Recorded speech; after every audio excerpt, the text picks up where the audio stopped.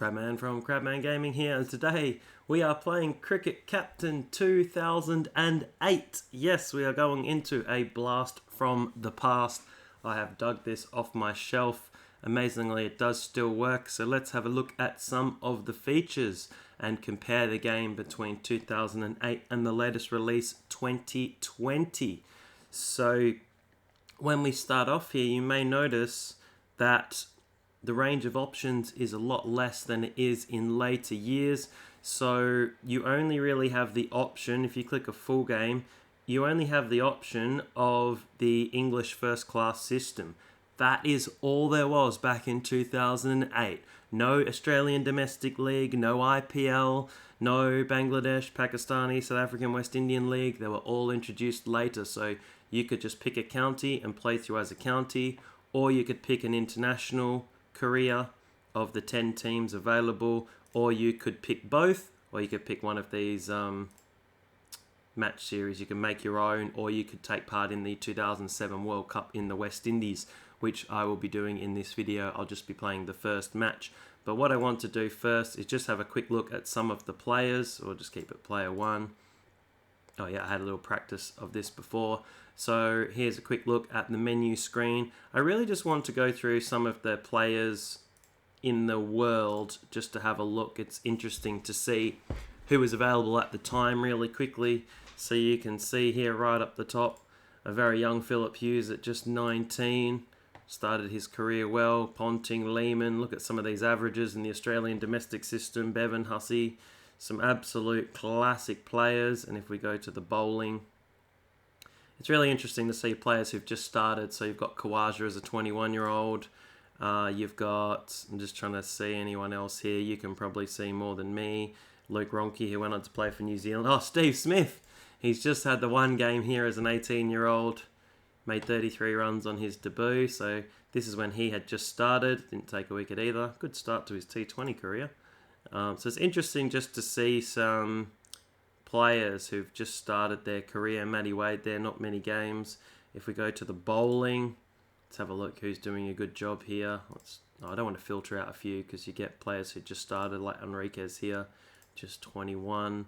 Bickle still here. Ian Harvey, the freak. He was a good player, good one-day player. Played really well in England. Oh, is it Daniel Bandy? David Bandy?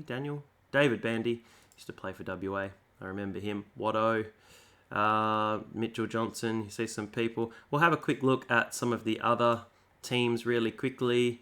If you can see, look at how many first-class games some of the English players have played. Graham Hick, 500 first-class games. You can have a look at how some people are going. Rob Key, now an analyst in that West Indies series going on. And then bowling, who have we got here? Stephen Finn, he just started his career. Really interesting just to see some of these players. I won't go through all the teams in depth, but we'll have a little look at India.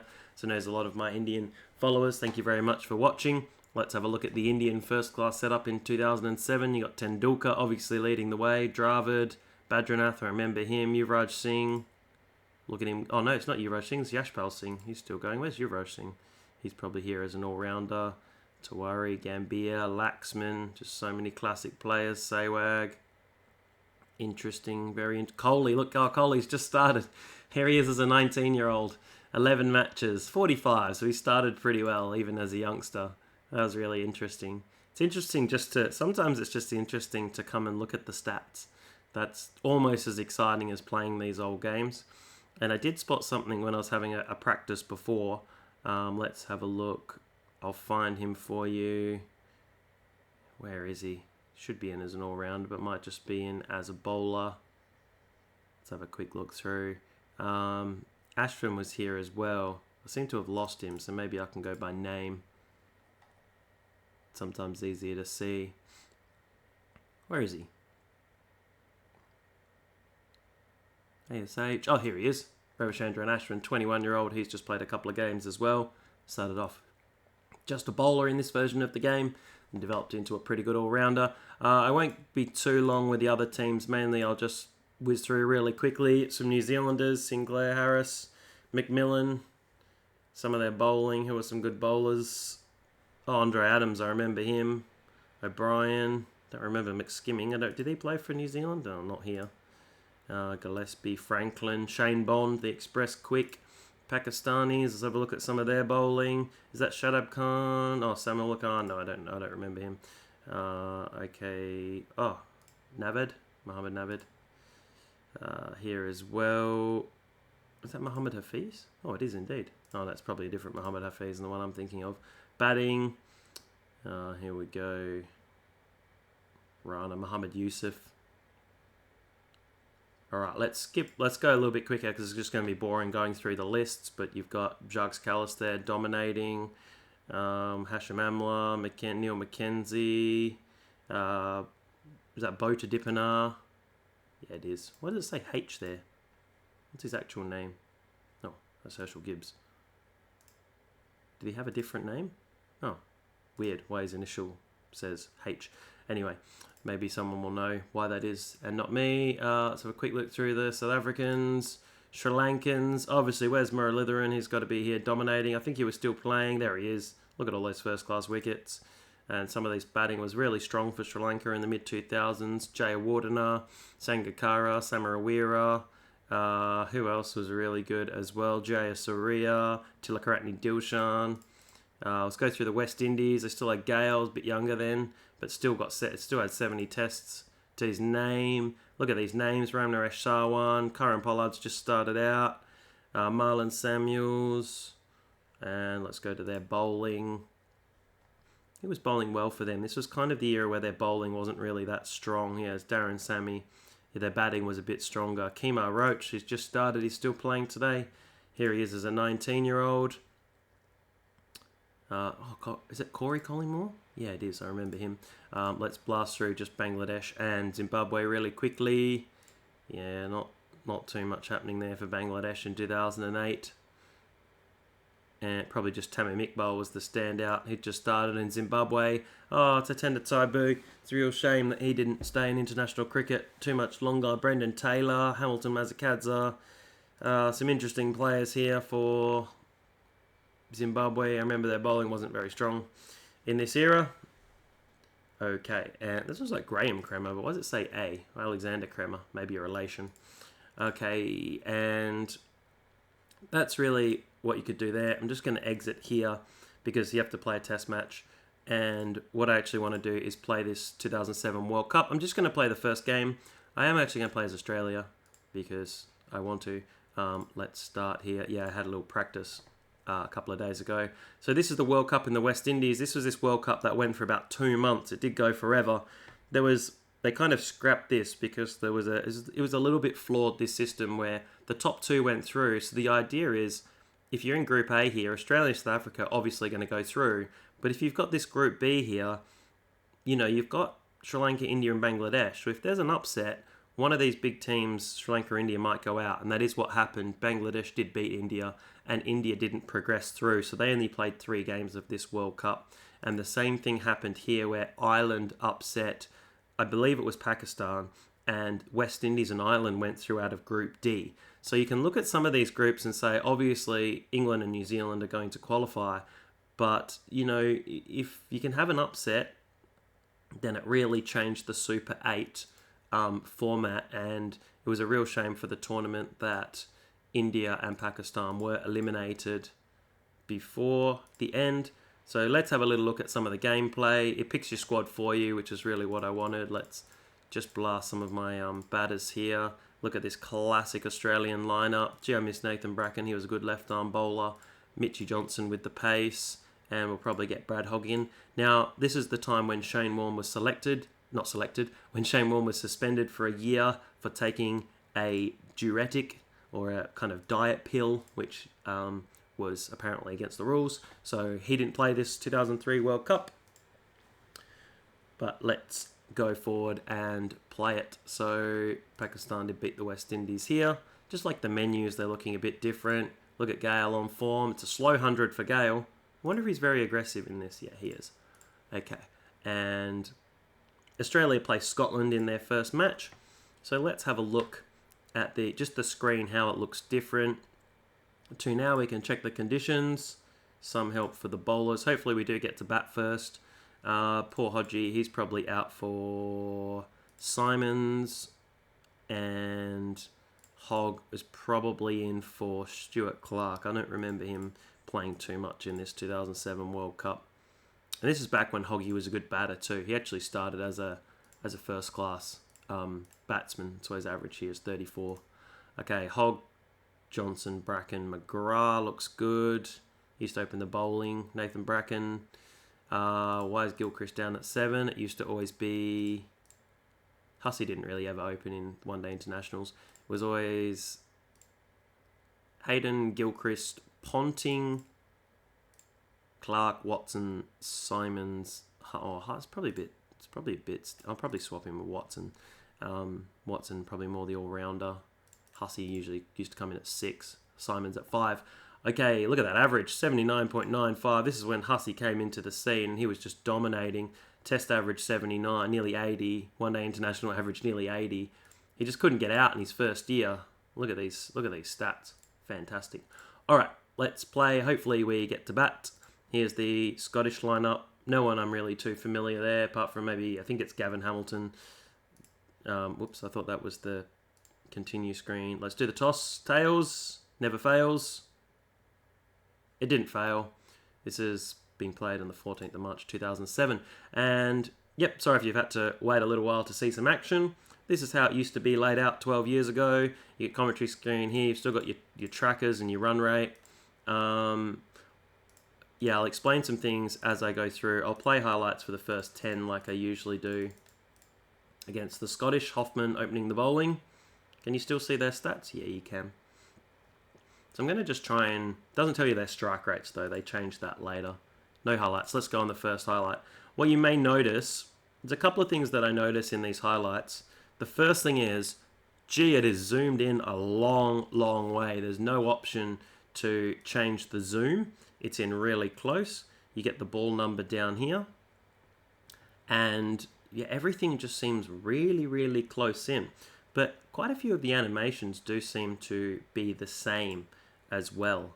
So some of the things you're seeing looks like very familiar to 2020. Another thing that I noticed straight away when I loaded this game up is that even though it's released in 2008, it's still in the 4:3 format. So this is the native kind of format being displayed. It's not in 16:9. I haven't changed this to be square. Obviously you can see there's still some room here as you're watching it, and on my laptop screen there's some more room. So still in the 4:3 format at this stage. So it's interesting to see what's similar and what's changed. That's LB. The game seems to be running a little bit faster. I don't know if that's just the way the game speed always was. Oh, they do have DRS as well. When I played this before, I wasn't sure if they had the Hawkeye tracking. It doesn't tell you what happens down the bottom, but it's still got the Hawkeye there. There was something else I was going to say, but I've forgotten. So thanks for watching. If you're watching today as well, you can find me on Facebook at Crabman Gaming, have a page there, and Twitter at Crabman Gaming. And if you're wondering about any more Cricket Captain videos, the kind of plan is to play through these old Cricket Captain videos for now. Do my best to get a video out a day, but it may end up being once every second day as well, depending on my schedule, how busy I am. So don't despair if there's a day without a video. I do my best to get one every day or every second day. Australia ticking along quite nicely here. I thought it'd be interesting to kind of compare strike rates as well, and I know Australia are playing Scotland, but it'd be interesting to see what score they can get to here. So the first 10, they are 52 for 1. There's a nice drive down the ground, and I think it's nice. I know in the newer formats you can play as all the classic players, but it's actually really fun to go back and play as some of my favourite Australian players from time gone by. This really was an incredible era for Australia. It was just kind of ending this incredible era, but you still had, you know, if you look at this lineup, the classics all the way through, all legendary players, even people who are on the fringe a little bit, like a Simons or a Hogg, or a Nathan Bracken, who was a one-day specialist. Just such fond memories. Look at that average, 20.11. Sadly, never got much of a go in Test cricket. I think there were some really good bowlers at the time, like McGrath, Gillespie, and Lee, and then Kasparovitz pretty much anchored in the role.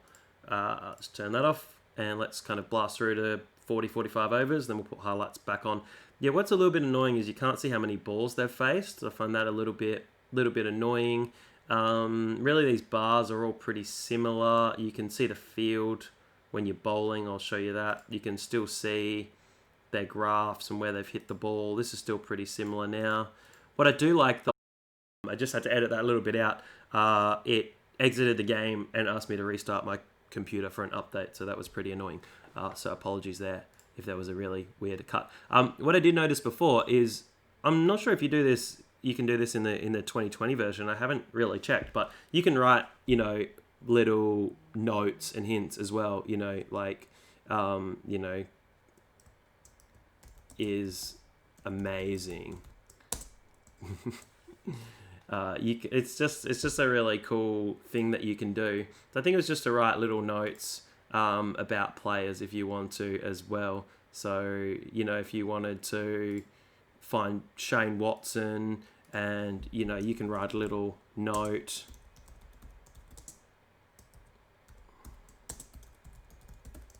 Stop reviewing LBW decisions, Shane Watson, because you're always plum. You can write little notes in there, which I think is pretty cool. I wonder if you could write notes on the opposition as well. Here we go. So you could write little notes for him as well. Bowl some pies, which I may be bowling later today when I'm playing it a little bit after this. Okay, let's turn the highlights off. Lots of me waffling, not much of me playing. Yeah, I'll put the batting card on so I can actually see, how many balls are being faced, which I like putting it on this so you can see the bowling. Maybe, that's what's a bit better about 2020. It doesn't really tell you their strike rate here either. You've really just got to work it out for yourself. A little bit more emphasis. And I did notice this, when I played this last time, I got a little bit confused because they had this power play system and it's a little bit different to how I remembered. I thought it was a 10 over power play to start, then the bowling team could pick a 5 over power play, and then the batting team could pick a 5 over power play between 11 and 40. But it just seems to, maybe I just remember incorrectly. Oh no, Hayden's gone. In this game, the bowling side picks 2 5 over power plays between 11 and 40, and obviously they just take them straight away till the 20 over mark. So you kind of have almost a 20 over power play to start, which is just a little bit different. All right, we've got Clark and Simons in. I might play maybe 2 games to see how I'm going. They are going at 7.3 and over. Simons was nice and aggressive. We'll go through to 40, maybe 45 and have a bit of a slog. Here's Watto. Watto can just ease in till 40. You are going well here against Scotland. I mean, it's not really surprising. Past the 300. Oh, Watson's gone. Brad Hogg, what can he do? All right, let's put the highlights on. Oh no, keep clicking the wrong bit.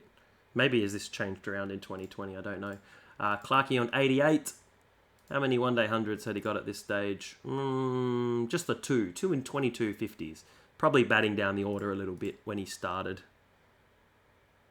There's Hoggy's missed one. They've still got 2 slips in Scotland, so that's it's a little bit bizarre.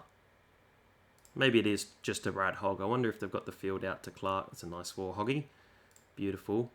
Had an excellent late career resurgence with the Perth Scorchers, and then had a little flip over to the Renegades. Really what happened was, I think the Scorchers fans were really upset, but they said that they couldn't guarantee Brad Hogg a spot in the side because they just signed Usman Qadir, the son of Abdul Qadir from Pakistan, and were looking to give him a little bit more of an opportunity. So he went, well, the Melbourne Renegades are going to play me, so he went off to the Renegades and played for them for a season. I think it was 1 season, but it might have been 2 seasons. Let's hit him outside the line. 93, can Clarkey get to the 100? It's 95. That's his 100. Well done, Michael Clark. Third One Day International 100. Australia ploughing up to 350.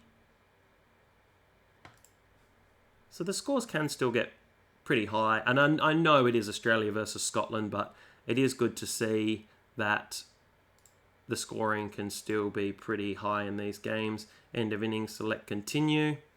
After this, tomorrow's video is going to be Cricket Captain 2009 as well, by the way. I'm not going to play that first. I kind of played this first, which is good in a way because I knew what to do, but also bad because it's ruined a couple of the surprises that that I had when I was playing it, which, you know, you might want to experience with me. So you can still edit the field. The field's like this. If you click it, I think if you click edit here, you can move the people around like you're familiar with.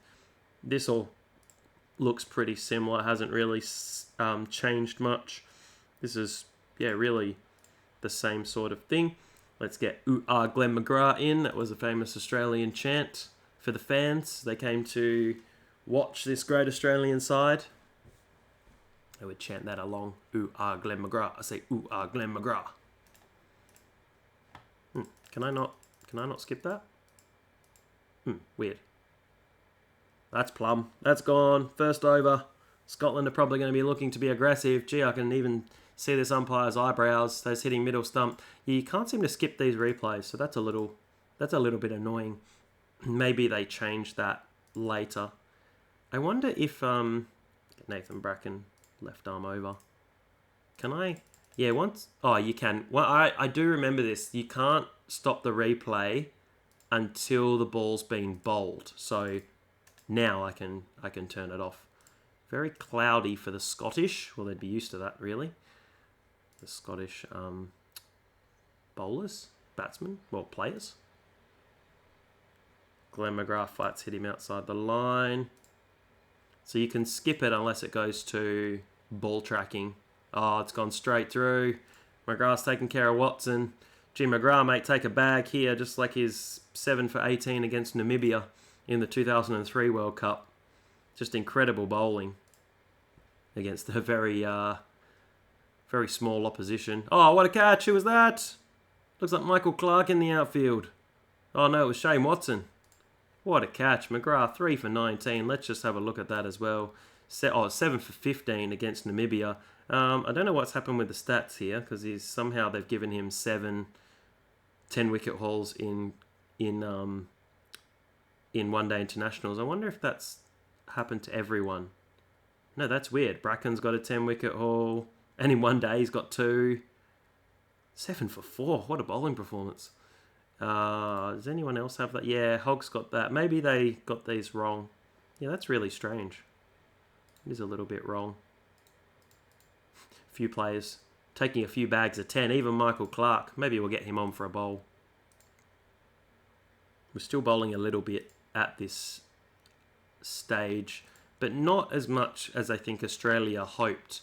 I remember in the 2005 Ashes, there was an article that said Michael Clarke's bowling was going to be really, really important in the series, and then he bowled something like 2 overs. He just barely had a bowl. Let's have a look at how he bowled in this era. So yeah, it wasn't much, about an over and a bit a game. So his kind of bowling was phasing out by that stage. Wasn't even bowling much here in Test cricket apart from that 6 for 9 he took against India. Incredible figures. And he took that in India as well. All right, let's get Watson in for a couple with the overcast conditions. Watson to McRae. Oh, who's that? It's a sitter. Oh, there's Matty Hayden. Oh, he's still got a bit of hair. That is incredible. I'm playing that again because number 1, I want to see who dropped it, and number 2, I want you to check out Matty Hayden's hair because that is incredible. Who's at first slip? Oh, punter. Oh, he shelled one. Such a good fielder. Why isn't he at point or gully? Oh, look at his hair. That is incredible. He's got the ring. He's got the Hulk Hogan hair. All right, Mitchie J, what can he do? Oh, that's a snick. You don't see that highlight anymore. I'm going to show you that again. McCallum's gone for a well-made 50. I'd like to see this highlight back. It's kind of played across the line, got a leading edge to second slip. You don't see that highlight anymore. Maybe they've taken that one out of the game. See, I can use my third power play here. but I'm not going to. So what I'm going to do is give it to Hoggy, and I'm going to get all the field out just for an over. I don't really know why. Just for fun. And now let's use my power play again. Give Mitchie another bowl. So hopefully enjoying this retroactive look at Cricket Captain 2008. This is actually the first time I've played this game, you know, probably since 2009 came out. I never really see much reason to go back and play the old games. But Hoggy has put a wrong on past Punia, and Gilchrist has whipped the bails off. Yeah, no, I don't really see any real reason to go back and play the old games, but this is just for you guys today. It's actually been quite good fun as well. Let's get Simons on. Geez, a lot of bowling options for the Australians. Do remember when they used to struggle in the late 90s, early 2000s to find a fifth bowler. That's probably their weakest area. That snick behind, that is gone. Off you go. McRae's gone. Left, let's get... Simons has got one. He did bowl right at the end, if you do remember this 2007 World Cup final. Absolutely farcical finish with Australia and Sri Lanka playing in the darkness because they were ill-informed. They were told that they'd have to come back tomorrow to bowl 2 or 3 overs for some reason or to finish the game. Hey, there's that backwards catch in. Someone keeps complaining about in 2020. So look, the backwards catch has been in the game for 12 years. They were playing in darkness, and Simons was just rolling the arm over at the end, bowling some off-spin, which is weird because he's got the off-spin action, but then it says... Oh no, it does say he's an off-spinner. I thought it said it was a medium pacer. Which was just a really, really bizarre way to finish. So if you can go and have a look on YouTube at the finish to this 2007 World Cup, it was quite ludicrous. It was really an absolute farce in the dark. No one could see. Sri Lanka had already lost the game. They needed about 70 runs off 3 overs. Which was just, let's get Michael Clarke on for a little bowl. Why not? Bowl his left armers. Have a slip in. Oh, that looks close. Oh, he's given him as well. It's gone straight on. Pitching or just in line. Interesting to see as well. Can't click that off. That's really annoying. Interesting to see which highlights still remain in the game and which ones they've phased out as well. So that cut animation is still in the game. Could have 3 for none here. Michael Clarke. What a spell. Against the Scottish tail. Ah, he's gone as well. Straight through. And Australia are victorious by 170 runs. Michael Clarke, what a spell. 3 for 2 at the end. Outshines Glenn McGrath. And really, that's all she wrote. Let's have a look at the Australian card. 44 for Hayden, 44 Ponting, 109 not out Michael Clarke. Rapid 51 Simons, and everyone else chipping in. The bowling punished. At least everyone got a wicket, though. So at least you can say you got a wicket against Australia. And... McGrath 3, Clarke 3, everyone else chipping in. What I might do, just because I'm enjoying myself, is I'm going to play one more game. It's against the Netherlands, so another kind of preliminary match. And we'll just see how this World Cup progresses as well. I do remember, if you have got this far, go and watch Dwayne Leverock's catch for Bermuda against India, where he takes an absolute screamer at first slip, and it's one of the best cricket moments of all time. So don't worry about India getting 400 and dominating the game, but Dwayne Leverock taking an absolute one-handed screamer is one of my favourite cricket memories ever. So let's have a look at some of the results. Any upsets? Canada beat Kenya. Sri Lanka beat Bermuda. Where's the man himself? Where's Dwayne Leverock? There he is. 9 tidy overs. Where was he batting? Oh, here he is, down at 10. You can't click the players as well. That's a little bit annoying. So if you're going through here, it's just a scorecard. You can't click and see what they're like. Ireland beat Zimbabwe. South Africa beat the Netherlands. Yeah, no real huge upsets. India against Bangladesh. They're playing there first. Or have they already played? Oh, no, they haven't. All right, let's play Australia versus Netherlands. And I'll go a little bit more quickly in this game as well. Maybe I'll give... I can't believe... Hang on. Why is Shaun Tate not listed as right fast? He was one of the fastest bowlers in the world. I'll give him a little go instead of Mitchie Johnson.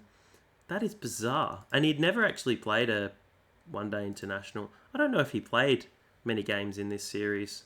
I haven't. I'll have to go back and check. Let's check the conditions. Some help for the bowlers. All right, we went tails last time. Let's have a look. You've got Ryan Tenduskarter, who is a domestic English player as well. Played here. Oh, here we go. Here's one of my other favourite memories. We've got Dan Van Bunge, who against South Africa was smashed for 6 sixes in and over off Herschel Gibbs. So that's another highlight. Go check that out. Poor Dan Van Bunge bowling some leg spinners. I believe it was Herschel Gibbs. Smashed him for 36 off 1 over. And heads. So we're going to win. And we're going to bat first. I'll just go a bit quicker this time in this second game. Let's get Gillian Hayden off to a flyer. Ryan Tenduskarter, he's opening the bowling. Shame he never really got to keep playing for the Netherlands and help them develop. They're a country that have really stagnated over the past 15 years. Like, yeah, Afghanistan and Islands have really come along. Scotland and the Netherlands have really just plateaued and have gone nowhere, which is a bit of a shame to see. Would have been good if here between 2008 and 2020, Scotland and Ireland were playing Test cricket as well. Gilchrist gone for 6. So then they could have played a lot of series against each other. Scotland, Ireland, Netherlands and Afghanistan, along with Zimbabwe as well. There could have been a little cluster, or maybe that would have helped with the introduction of the 2-division test system as well. That Division 2, dropped. Could have had those teams in. And then maybe there could be a promotion relegation system. So almost this test championship we're having now, the bottom team would be relegated and the top team of that Division 2 would be promoted in like a 2 or 3 year cycle. Well, Ponting's gone. Tenduskarter's on fire. Maybe I've been a bit too aggressive. Here's Matty Hayden. What a batsman he was for Australia. What an absolute legend. Here's Clark. When's Dan Van Bunge coming on to bowl? That's a beautiful shot. Starting at 7 and over. If I remember rightly, I do remember this is my memories from this World Cup. I think Netherlands batted first and made 150 and Australia got it 5 down. So it was a little bit of a scare. I think they tried to blast the score really quickly and did require some nerdling home from the middle order. Do you remember watching? Used to be some good highlights. A good hour's highlight of each game every day. That was always really good if you didn't have access to watching the whole games. 4 for 88 is a little bit worrying. Don't want an embarrassing loss. Tenduskarter's pretty much bowled through. He kind of changed to a medium pacer a little bit less. And he had a really good one-day international average. He played about 20 or 30 games for the Netherlands and averaged 66, 67. So if you see lists of highest averages of all time, Tenduskarter tends to be up the top because he played against a lot of associate nations and he was a very good domestic player. I want to say for Essex, but I'm not 100% sure. I mean, does it tell you who else you play for? Yeah, Essex. All right, Hoggy's got a lot of work to do here. Hussey's past 50. I've been rambling on. Hog's gone. Nathan Bracken, what can he do? Oh, he's gone. Oh, McGrath and Tate. There's definitely 2 number 11s there. Let's see if we can keep Hussey on strike to blast away. That was a good over. All right, let's put the highlights on for the last 5. Had such a good time. I was just going to play one game here against Scotland, and then I was just enjoying myself so much. Is that the 100 for Hussey? It is. Raise the bat. I was having such a good time, I decided to play a second game. And tomorrow will be 2009. I think that's when they introduced the Australian domestic system in, because my copy does have Phil Hughes on the cover. So we'll check tomorrow. That may have been the first year with the Australian domestic. Yeah, what I don't like is you can't see how your over's going down the bottom. So, like, it says 3, but you don't know what's been happening in the over. So that is a good improvement. Shaun Tait, not a very accomplished batsman. Oh, good 4. You know you're not a great batsman when even Glenn McGrath's batting head. Oh, to be fair, 11. Maybe I should have batted him above Glenn McGrath. Glenn McGrath would have been thrilled to be batting 10 as well. How did my friend Dan Van Bunge go? This is Kashif bowling. Lovely whip down the ground. 120, 2 overs to go. How did he go? Oh, he didn't bowl. Probably good. Here he is. Leg spinner. No bowling. Oh, that's a real shame. Australia might have got 400 if he had a bowl. Maybe a good strategy not to bowl him against Australia. Oh, we've still managed to squeeze up around 300 as the Huss has gone. Last man 124. Yeah, not really great here from the top order. But let's get through. Let's see how the bowling goes. Put the chances on. Glenn McGrath in. Gee, good luck pronouncing this fella's name. Here we go. Schwarzinski. Looks like a Polish name to me. And Van Nierop here. Oh, straight through. That's good because I was didn't want to try and pronounce his name again. Glenn McGrath's coming in to Van Nierop. Oh, as a push to gully, probably could have had a gully in. Nathan Bracken. Gee, he was a good bowler. We used to have the long hair flowing. McGrath to Tenduscade is the talisman of the team. Oh, that's plum. On your way. I love the orange outfits as well. It's really cool. Kind of reminds me of the Perth Scorchers. Oh, no ball. McGrath to De Groot. Or maybe it's just De Groot in Dutch. Power play. Yeah, let's use the power play. Let's get the wild thing on. Shaun Tait. I do remember a domestic final where I think he took... I could be a little bit wrong because it's pretty hazy. I think it might have been the 2005 or 2005-06 domestic final. And he took something like 6 for 26. I'll see if it's there as his first class score. 8 for 43. So it wasn't that, but he took like 6 for 26 and he bowled about 10 wides. So they just couldn't get any runs off the bat whatsoever. Yeah, another power play. Let's get Hoggy. Let's just get the field out a bit, make a defensive field. The annoying... Oh no, still the power play, that's why. I was going to say I couldn't get everyone out where I wanted them. Going okay here, Netherlands. Don't want a little shock defeat and then not qualify. They are going well. Need to get Tenduscade out, that's what we need to do. Let's get... Oh, we still got the power play. This 20 over power play is really weird. Just goes for such a long time before you can put your field out. Oh dear. Alright, well you might quick end the video before I get defeated by the Netherlands. You have upset a couple of teams in the past. They beat England in the 2009 World Cup. That's gone, run out. It's got De Groot out. Here comes Shafferly, which they did upset. The Netherlands did upset England in the first game of that 2009 T20 World Cup. Let's get Watson off. He's bowling terribly. Let's get Simons on. Hogg to Tenduscade. Oh, I thought that was a top edge. Gee, they're going well. They need under 6 and over. I'm feeling a little bit worried here. Let's get McGrath back on. Get your best bowlers back on. Tenduscade is a one-man. He's a one-man army. Oh, you can see their how many balls they've faced down here, but you just can't see it over here. Didn't even notice all that time. Alright, Hogg. No wickets. That's a worry. Come on, Glenn McGrath. Let's get Bracken back on. Oh, it's missing off stump. Do need a wicket with these two. Oh, that is plum. There are no reviews, but no need to review that. That is hitting middle. Can't click out. It's so annoying. Really annoying feature. Hopefully they've changed that for 2009 when I play that tomorrow. Still 100 runs needed.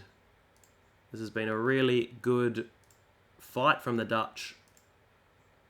Oh, gee, they're going well. Come on, McGrath. Oh, there we go. LB again. That is out. Raise the finger. So annoying. This looks like it could be a close game. Maybe it was exciting to play this second one. 79 runs needed. Who's this fella? Jerion Smits.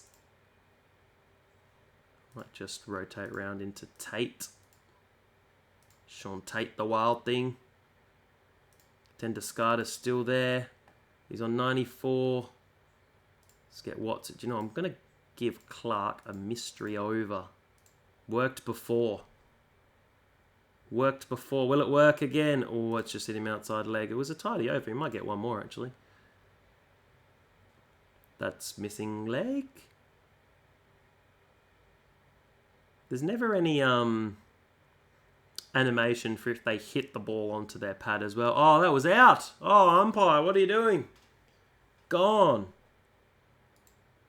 Looked like an umpire's call as well. Gee, I'm really worried. Oh, there's no fielder. Gee, I've gone to sleep. Let's get Watson back on. They only need 43. This could be an absolute disaster losing to the Netherlands. Might have to continue this. That's going down leg. I'm going to click off before it keeps me in.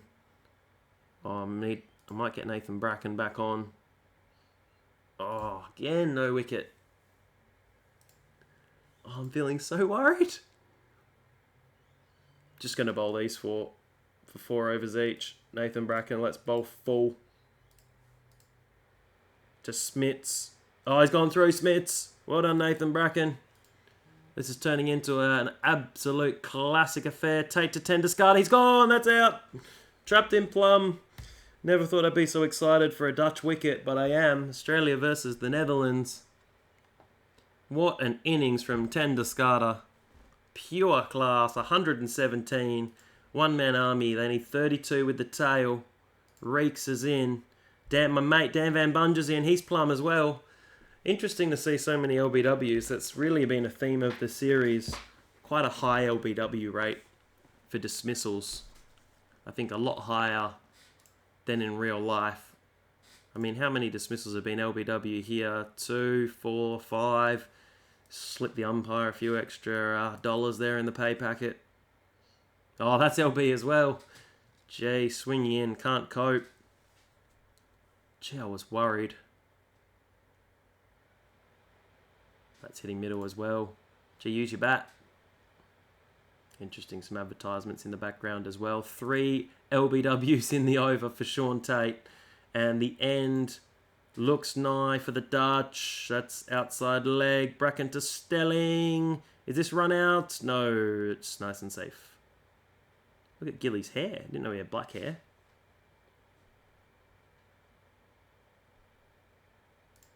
Oh, still game on. Bracken to Kashif. Oh, 25 needed. Just 3 overs left. What can Tate do? Another LB. Is that an inside edge? They've gone up. The umpire. What's he done? Oh, he's raised the finger. We didn't see it. It's the end of the game. Oh, that was bizarre. Australia squeeze home by 24 runs. Bit of a collapse. Let's have a look at these graphs as well. They look a little bit different now. But some of these screens, they lost their last 5 for 7. These look pretty similar too as the Dutch innings and the Australian innings. Anything else I can show you that's interesting? Oh no, that's what I just went to. Options? Yeah. Yeah, really, that's about it. We're done. Gee, that was close. England had an even closer game against Canada. Liam Plunkett, gee, he was playing back then. Yeah, he did play in early. Let's have a look at the English team. Paul Nixon, what's he doing in the team? Monty! John Lewis. Some interesting names. And let's have a look. Let's have a little look at how India have gone as well. They've managed to beat Bangladesh, which has definitely helped. I'll just continue to the game so it plays some more games and we can see how everyone's been going. So obviously looks like, oh, Bermuda got a win. Who did they beat? They must have beaten Sri Lanka or Bangladesh. They must have beaten Bangladesh. No, Bangladesh won. They must have beaten Sri Lanka. That's really interesting. And yeah, not too many other surprises. So let's have a look. Has anything been really bizarre? Has there been any huge wins? Pakistan over Ireland. That's a pretty big win. Shahid Afridi, what did he do? Where is he? 37. Must have taken some wickets. Oh yeah, 5 for 20. Lazy. Oh dear. India, what's happened? They've lost to Bermuda. Oh dear. Bermuda, 197 for 9. India. What happened? Tendulkar is the only one getting some runs. Dhoni opening the batting. Dravid, Ganguly, Yuvraj Singh, Pathan, Ajita Gurkha, Anil Kumble, Patel Khan. Oh dear. Oh, there's my man, Dwayne Leverock. Where is it? Where is he? Hold on. Sri Lanka beat Bermuda. Where's this game? Where's this game? Bermuda winning. Bermuda beat India. Dwayne Leverock made 7 and took 4 for 48. Oh dear, that is a shocker. That is a shock. I thought losing to the Netherlands was going to be bad. Anyway, it is just a game. It is just a game. And India look like they'll still qualify as well. Alright, so that's the end of the video for today. Stay tuned for tomorrow, Cricket Captain 2009. Thanks for watching. Like this video if you watched all the way to the end. Leave a little comment. And if you really love all these videos, a subscription will always be very well received by me. Thanks very much. Have a wonderful day. See you tomorrow.